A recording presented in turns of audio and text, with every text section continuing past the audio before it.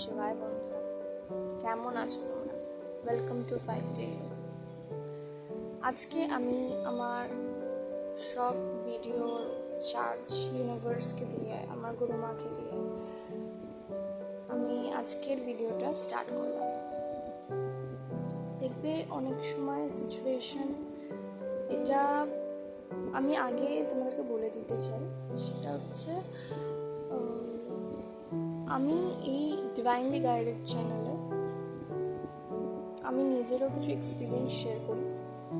সেটা হচ্ছে, ফার্স্টে আমি কি করতাম, আমি অনেকভাবেই নিজের যে ভিডিওসগুলো আছে সেগুলোকে ট্রাই করতাম শেয়ার করতাম, যাতে বেশি লোকের কাছে পৌঁছায়, বেশি মানুষের কাছে পৌঁছায়, যাতে তাদের কোনো হেল্প হোক।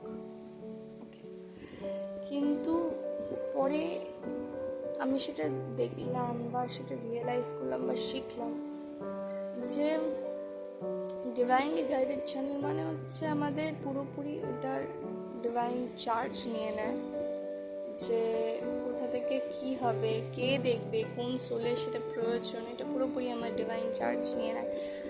আমাকে জাস্ট আমার যেই আপলোডসগুলো আসে, যেই ডাউনলোডসগুলো আসে, বা যেগুলো ধরো লেসন্স লার্ন করি আমি আমার জার্নিতে, আমার স্পিরিচুয়াল জার্নিতে, সেগুলোরই এক্সপিরিয়েন্স আমি এখানে রাখি অ্যাজ মাই পারপাস।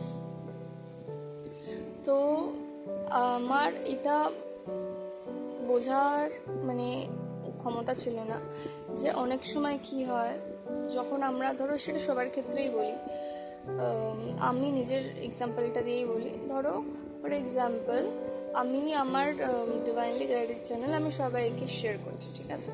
এবার সেই শেয়ারের ক্ষেত্রে এবার অনেকের পজিটিভলি ওটা অ্যাক্ট করবে, অনেকের নেগেটিভলি ওটা অ্যাক্ট করবে, রাইট না? তো আমার সেটা পুরোপুরি চার্জটা তো ইউনিভার্সকে দেওয়া উচিত, যে যার এক্স্যাক্টলি প্রয়োজন, যার এক্স্যাক্টলি দরকার সেই সময়, তখনই তাকে এক্স্যাক্টলি আমার এই চ্যানেলটা পপ আউট অটোমেটিক্যালি হবে। সেটাকেই বলা হয়েছে ডিভাইনলি গাইডেড চ্যানেল।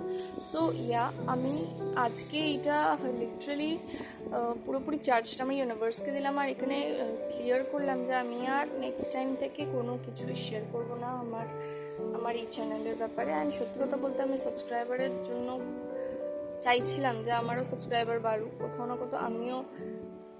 না কোথাও থার্ড ডাইমেনশনের সঙ্গে অপারেট করছি, because I also have a brain. So soul সেলফে আসা এত ইজি নয়। আমি নিজেকেই বলি যে আমি যেটা শিখছি আমি সেটাই এখানে ফ্লো আউট করি, কিন্তু এখনও অনেক কিছু শেখা বাকি, আর শেখার কোনো শেষ নেই। আমি জাস্ট এটাই বলার যে যাই ইনফরমেশন আমাকে ইউনিভার্স দেয় না কেন, আমি আর ওটা জাস্ট ডাইরেক্ট আপলোড করব without any kind of expectation যে কে দেখবে কি কে দেখবে না। এটা বক্তব্যটা পুরোপুরি আমি আমার ইউনিভার্সের কাছে রাখলাম। যার প্রয়োজন সে অবশ্যই রিচ আউট হবে, আর যার প্রয়োজন নেই সে অবশ্যই হবে না, কারণ একটা পজিটিভ নেগেটিভের ব্যাপার থাকে সব কিছু। যাই হোক, এনিওয়ে আমি এবার মেইন কাম টু দ্য পয়েন্টে আসি। সেটা হচ্ছে, যদি আমি আজকের টপিকটা বলতে থাকি বা বলতে চাই, তাহলে আমি তোমাদেরকে এইটাই বলবো যে সময় কখনো এক থাকে না। ঠিক আছে, ফার্স্ট হচ্ছে সময় কখনো এক থাকে না। এই তুমি হাই ভাইবে থাকবে, এই তুমি লো ভাইবে থাকবে, সেটা সার্কামস্টেন্সেস যাই হোক না কেন। ওকে, আর একটা কথা, যে আমি তোমাদেরকে এনার্জিসের ব্যাপারে বলেছিলাম যে আমরা প্রত্যেকেই এনার্জি, অ্যান্ড প্রত্যেকটা জিনিসের ফ্রিকোয়েন্সি আছে। ইভেন কি বলতো, আমরা যে ফুডটা খাই সেই ফুডেরও কিন্তু হাই বা লো ফ্রিকোয়েন্সি আছে। ফর এক্সাম্পল, আমি যদি একটা কমন কথা বলি, ধরো অনেকে মিট, চিকেন, ফিশ এগুলো তো সবাই খায়, তাই না? তো এগুলোর মধ্যে না ফিয়ারের এনার্জি আছে, অ্যাঙ্গার এনার্জি আছে। এগুলো যখনই আমরা ইনটেক করি বা যখন কনজিউম করি আমাদের বডিতে যায়, অটোমেটিক্যালি সেই ধরনের এনার্জিটা তারা ডেভেলপ করতে শুরু করে দেয়। দ্যাটস ওয়াই বলে যে সবসময় সাত্বিক ফুড খেতে, যাতে আমাদের মধ্যে হাই ফ্রিকোয়েন্সিটা মেনটেন হয়, ইউনো।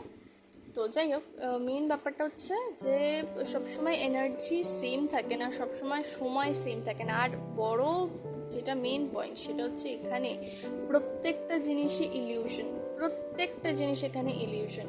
টাইম হচ্ছে একটা সবার থেকে বড় ইলিউশন। তোমরা কি সেটা জানো যে টাইম কিভাবে আমাদেরকে ইলিউশনের মধ্যে রেখে দিচ্ছে? বা টাইম অ্যান্ড স্পেস, যেটা কিনা মেইন আমরা ভাবি, যেটা আমরা ফিজিক্সেও দেখেছি কোথাও না কোথাও, time and space matter the most. কিন্তু এই টাইম অ্যান্ড স্পেসটা ম্যাটার করছে শুধুমাত্র এই থার্ড ডাইমেনশন প্লেনে।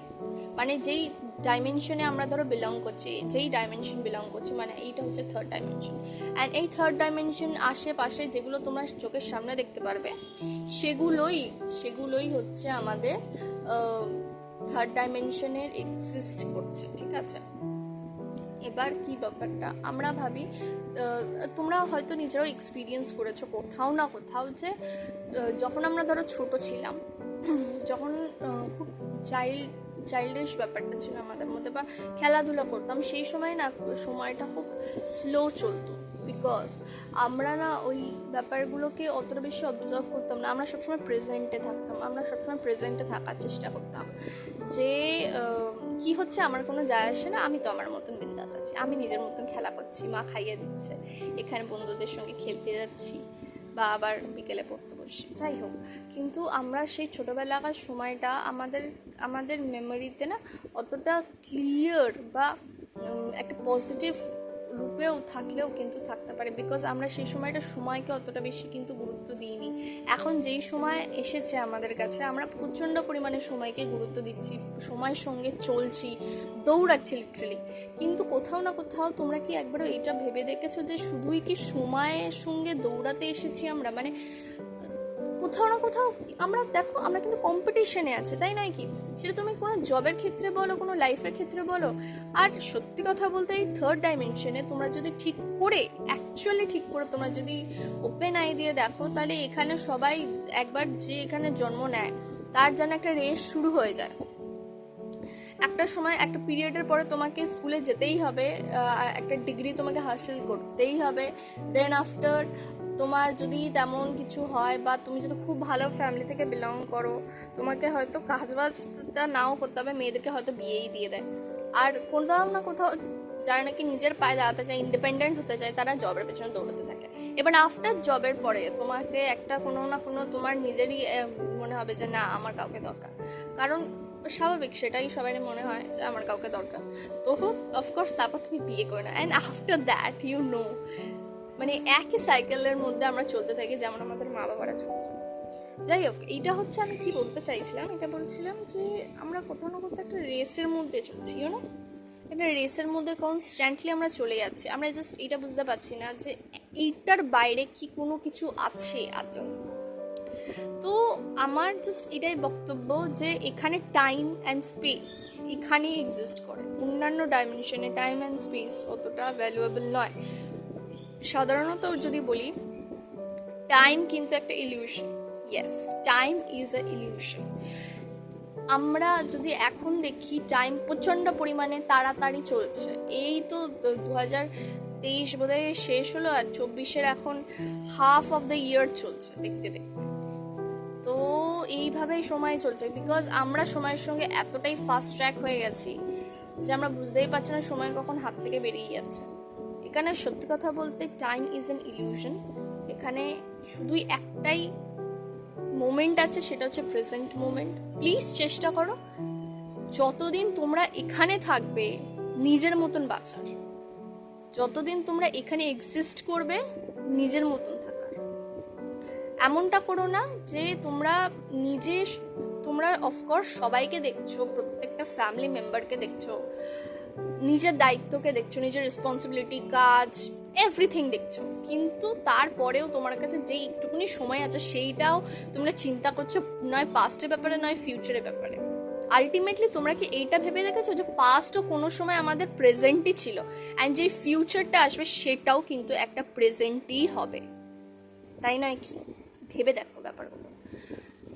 মেন বক্তব্য এটাই যে তোমরা চেষ্টা করো যেইটুকুনি সময় নিজের কাছে আছে, বা যেইটুকুনি সময় তোমরা নিজেকে দিতে পারো, যতটা possible, just be in a present moment. তাই জন্য প্রেজেন্টকে গিফট বলেছে। আর এই প্রেজেন্ট মোমেন্টে যখন তুমি একবার থাকতে শুরু করে দেবে বা থাকতে শিখে যাবে, তোমার না কোনো পাস্টের জন্য চিন্তা থাকবে না ফিউচারের জন্য চিন্তা হবে। এবার তোমাদের হয়তো এটা মনে হতেই পারে যে আমাদের এত প্রবলেম, এই বিল দিতে হবে, কালকে এই ফিস দিতে হবে, বা ফিস নাই হোক কালকে এই ডিগ্রিটা কখন আমি পাবো, কখন জবে যাব, বা কালকে কি রান্না করতে হবে সেটা। Please don't do this. আমি তোমাদেরকে একটা ছোট গল্প বলি, এটা ট্রু বেস। একজন কৃষক ছিল, উনি যেমন তেমনভাবে নিজের সংসার চালাতেন। অ্যান্ড ওই কৃষক মানে তার একটা ছেলে ছিল, তো তার ছেলে একটাই ছিল, তাই তার ছেলেকে নিয়ে খুব চিন্তা করতো যে আমার ছেলে কি হবে কি না হবে, কালকে কতটা আমি কি তাকে মুখে যোগান দিতে পারবো যাতে সে ঠিকঠাক করে পড়াশোনা করে বড় হতে পারে, তাদেরকে দেখতে পারে, ঠিক আছে। তো আফটার অল ধরো আজকে সে কৃষক নিজের ছেলের ব্যাপারেই অ্যাজ অলওয়েজ একজন প্যারেন্টস যেমন চিন্তা করে সেটাই চিন্তা করতো। তো উনি একদিন ধরো আজকের মতন দিনে রাত্রেবেলা জাস্ট খেয়ে দিয়ে শুয়ে পড়েছে, অ্যান্ড সে তার ওয়াইফকে বলছিল যে আমার ছেলের কী হবে, কিভাবে সে তাকে বড় করবে, কিভাবে কালকে আরও দুটো এক্সট্রা আনাজ বেশি সে গ্রো করতে পারবে যাতে ইনকামটা বেশি হয়। তো এইসব চিন্তা করতে করতে কৃষক ঘুমিয়ে পড়ে, অ্যান্ড সেই রাতেই তার ডেথ হয়ে যায়। Most the gist of the story is আমরা ভাবতে থাকি যে কালকে কি হবে, বা আগের দিন কি হয়ে গেল। আর আলটিমেটলি আমাদের কাছে যে এই মোমেন্টটা থাকে, এই প্রেজেন্টটা থাকে, সেটা কখন দেখতে দেখতে নয় পাস্ট হয়ে যায়, নয় ওটা ফিউচারেরও একটা প্রেজেন্ট হয়ে যায়, সেটা আমরা বুঝতেও পারি না। দেখো, সবার কাছে এখানে বেশি সময় তো নেই, আর সবাই এখানে সব সময়ের জন্য আসেনি, কিন্তু যেইটুকুনি সময়ের জন্য এসেছে প্লিজ নিজেদেরকে দেখো। ওই 2 মিনিটও তোমার কাছে যদি থাকে, তো ওই 2 মিনিটটা তুমি নিজেকে দাও, নিজের প্রেজেন্টকে দাও, নাকি নিজের ইলিউশনসকে দাও। মানে টাইম ইজ আ ইলিউশন, আমি ফার্স্টেই বলেছি। দ্য টপিক ইজ দ্যাট আজকের ভিডিওটা।